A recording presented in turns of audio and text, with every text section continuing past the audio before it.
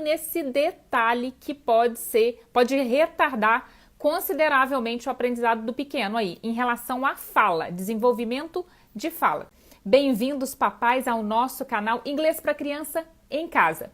Aqui eu ajudo mamães e papais a criarem um ambiente de imersão com a língua inglesa em casa, sem livros, sem estresse. Então eu vou simular o que acontece na casa da maioria das mamães e papais aprendizes que se aventuram e cometem esse erro. O que a gente faz?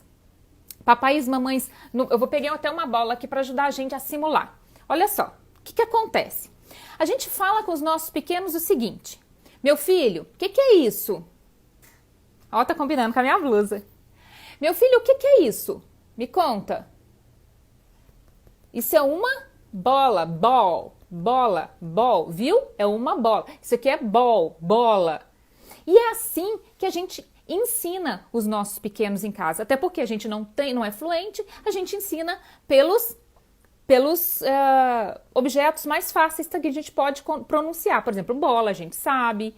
Enfim, a gente faz o quê? Meu filho, esse é uma bola, bola.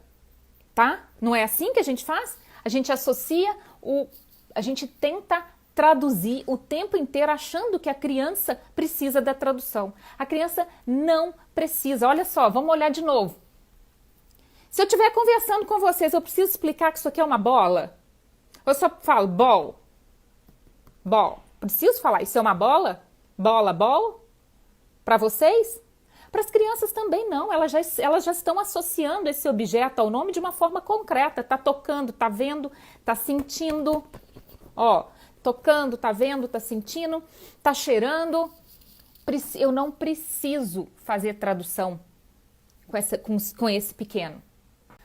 A criança já fez a associação do objeto ao nome. Ela sabe que aquilo ali é uma bola. Você não precisa falar para ela que é uma bola. Concorda comigo? Então, a partir de agora, vocês não vão mais falar português com os pequenos. Vocês vão, quando vocês começarem, tirem 5, 10 minutinhos para falar com os pequenos, tá? Começa com 5 minutinhos e vão só falar em inglês. No momento que estiver falando inglês, nesse momento que vocês separarem, o fato de entrar ali somente o inglês se torna uma diversão, com a técnica que eu vou ensinar, tá? Então, olha só, acabou. Bateu 5 minutos de diálogo, é só inglês, não tem português. Então, vocês vão se esforçar para que isso aconteça. Serão poucos minutinhos por dia. E aí vocês vão acostumar, esses minutinhos vão começar a aumentar porque vai aumentando a base dele, de vocabulário. Nós precisamos evitar a forma de tradução. Não vamos traduzir, vamos separar 5 minutinhos por dia. Ou 10, depende da idade do pequeno e da desenvoltura. Tem dia que vai mais um pouquinho, tem dia que vai menos, que a criança às vezes está um pouco cansada e aí não está evoluindo. Tem dia que evolui para meia hora, mas vamos separar alguns minutos para o inglês, só inglês. Então, qual outra técnica que a gente vai poder usar para conversar com os pequenos, já que não vai poder falar em português? Gente, nós somos mestres em usar mímicas com os nossos filhos, não somos? Por exemplo, o filho está aprontando, mímicas e expressões faciais, o filho está lá aprontando, fazendo aquela bagunça, a gente olha com cara feia para ele, não é? Ele já não entendeu tudo? Com uma mímica, com uma ação, com uma expressão facial, ele já entendeu que você está brava com ele. Você tá bravo, papai tá bravo. Então, vamos perguntar, o que você faz no sábado? Todo sábado. Aí ele vai, sábado é futebol. Futebol, Brasil, futebol. Então, eu não sei como é que eu vou falar futebol.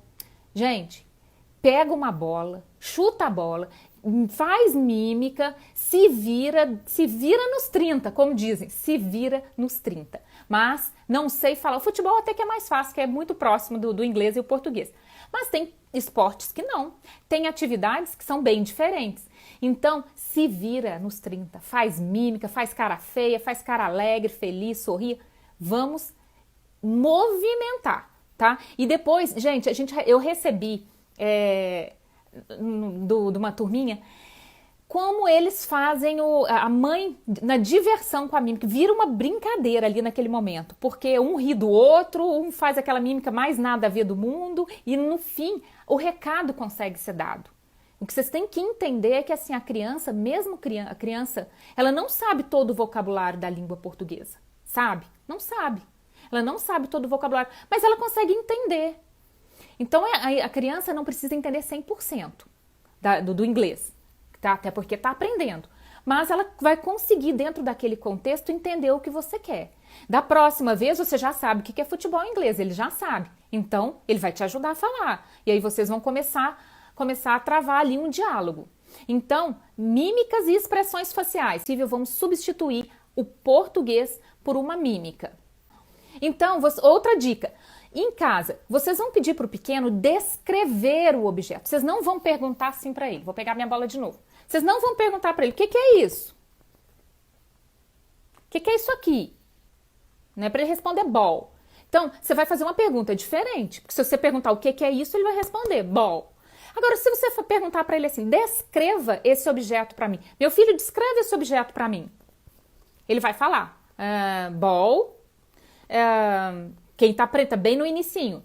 Mas é isso aí, começa assim, ball, yellow, blue, green. Descreveu. Olha, ele te passou 4 informações. Tá ótimo? Tá tudo bem. O início é assim, são cores, né? Ele vai te falar simplesmente as cores. Depois esse contato aumenta, o contato diário aumenta, a base aumenta, a base vai aumentar, ele vai conseguir ali absorver muito mais vocabulário, começa a surgir as primeiras características, adjetivos, começa a falar se a bola está em cima da mesa ou embaixo da mesa. A bola está embaixo da mesa. O que é embaixo? Então aumenta ali a sua base, seu vocabulário, ele vai conseguindo aumentar e descrever aquele objeto e descrever a posição daquele objeto em relação ao meio que o objeto se encontra, que é o quê? É o ambiente contextualizado. Ele está vivendo aquele ambiente. Quando ele vive aquele ambiente, ele contextualiza, ele faz o quê? Aprende sem decorar, porque aquilo lá faz parte da vida dele, da rotina dele. Aquela bola existe na casa dele. Ele está pegando aquela bola, ele está sentindo, ele está cheirando, ele está vivendo aquela bola. Ele não está sentado atrás da cadeira decorando se a bola está debaixo da mesa ou se está em cima. Percebe a diferença? Bom, gente, agora eu vou fazer um desafio com vocês para vocês entenderem a gravidade que é a tradução. É muito grave. A tradução, ela chama-se tradução involuntária, não depende da gente. Essa tradução, ela retarda o aprendizado, a criança, o diálogo da criança muito. E eu vou explicar para vocês agora, presta atenção nesse desafio que eu vou fazer com vocês. Hoje eu vou fazer mais 2 desafios para vocês entenderem o que é tradução involuntária. E não fazer aí, tá? Então vamos lá. Quando eu falo a palavra mesa, o que vem à sua mente? Quando eu falo a palavra mesa, o que vem na sua mente? Café, comida. Ah, gente, nossa senhora, hein? Tá com as barrigas tudo vazia aí. Quando falo mesa, vem mesa. Agora, quando eu falo assim, table. Quando eu falo table, o que vem à sua mente? Eu falei mesa, veio mesa. Table, o que vem à sua mente? Table, vem na sua mente? Mesa. Eu falei mesa, veio mesa na sua mente. Eu falei table, veio mesa também na sua mente. Gente, isso se chama tradução involuntária. Não depende da gente. E eu vou te explicar por que ela acontece e por que acontece isso com você. E por que você não pode deixar acontecer com o pequeno, então. Chama-se tradução involuntária. Agora, olha só. Quando eu falo a palavra tablet, tablet, tá? Quando eu falo a palavra tablet, o que vem à sua mente? Um tablet. Por que vem tablet na sua mente? Porque não existe correlação dessa palavra com a língua portuguesa. Consegue entender? Quando a gente fala tablet, é tablet. Não tem outro significado, não vem nada na sua cabeça. Por quê? Porque não existe correlação dessa palavra com a língua portuguesa. Olha que interessante. Então, é assim que o seu pequeno tem que pensar. O seu filho precisa pensar assim. Pensou em tablet? Pensou em tablet. É assim que a gente precisa trabalhar a cabecinha dos nossos pequenos. Porque olha só, vamos pensar que a gente vai conversar com alguém. E ele fala pra gente, fala uma frase. Vamos começar o diálogo, começa a conversar com um americano. Aí ele começa a falar com você e você tá lá. Na primeira palavra ainda tentando traduzir o que ele falou na primeira palavra. Mas nesse tempo ele já falou 10 palavras. E você só não conseguiu pegar nada. Pegou a primeira, seu cérebro tá lá vagando para traduzir para o português, para depois pensar em inglês. Olha a volta que o seu cérebro dá. Ele recebe em inglês, traduz para o português e depois ele tenta resgatar aquela conversa. O que ele vai falar em inglês? Só que nisso o americano já foi embora. Falou tchau, bora, conversar com outra pessoa. Entendeu? O que é a situação? O nosso cérebro dá uma volta quando ele traduz. E aí ele não consegue desenvolver o diálogo, a conversa. É muito complicado ele desenvolver a conversa, o diálogo. E é isso que a gente precisa fazer com os pequenos. A cabeça dele tem que pensar e responder em inglês. Não tem que jogar para o português e depois tentar montar frase em inglês. Não, vamos focar no pensamento direto. Bateu o inglês, pensou e já respondeu.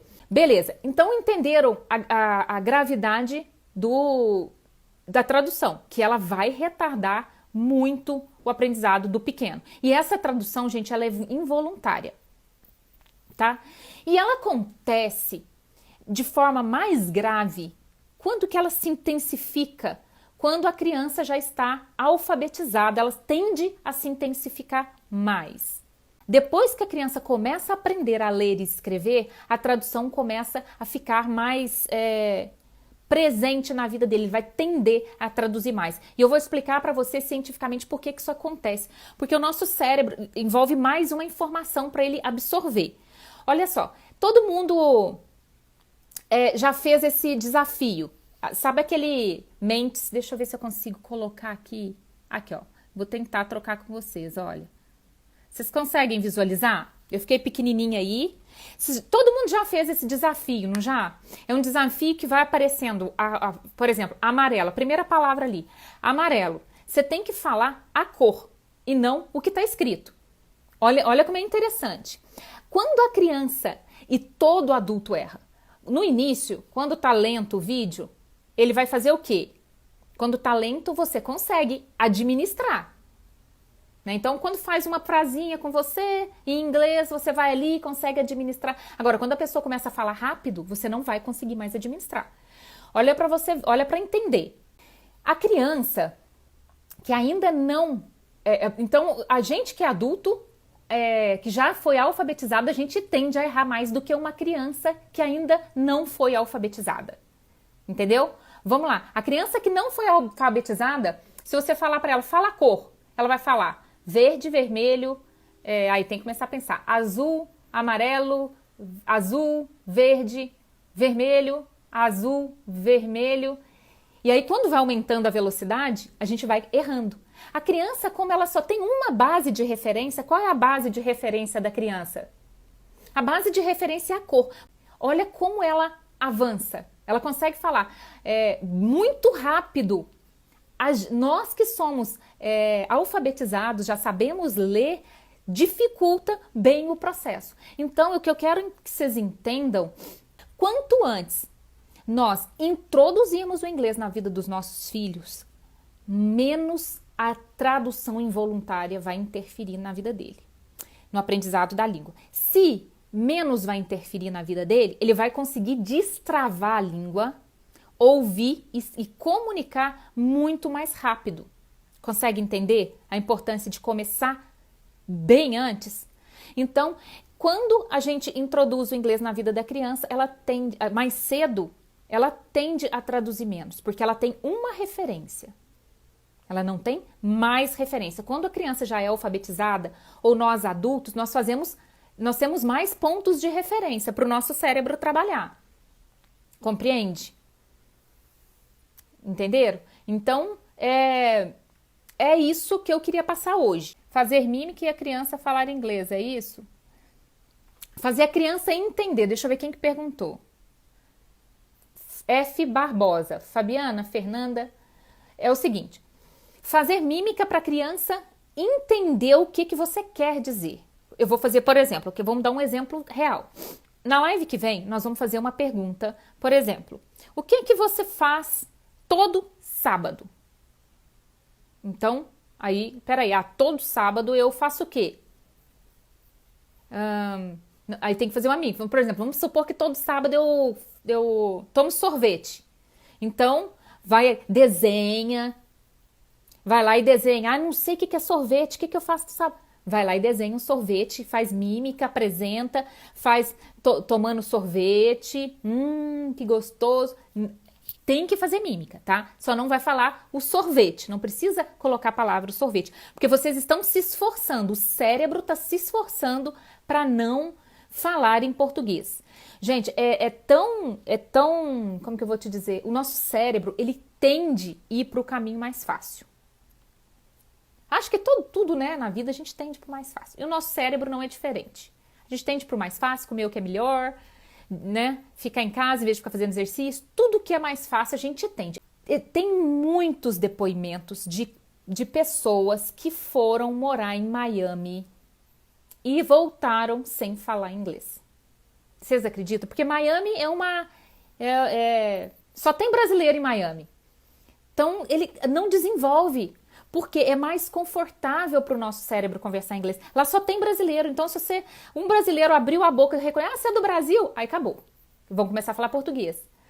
E aí, mas tem muitos casos de pessoas que foram morar fora, uma cidade que fala muito português e voltam sem fluência, voltam sem conversação, tá? Volta ainda com a mente preguiçosa da tradução. Então, mímica. Vai ali, vamos fazer o seu cérebro pensar, não sei o que é sorvete, corre lá na internet, então tenta aqui, vamos ali. Vamos se virar, tá? Nada de traduzir.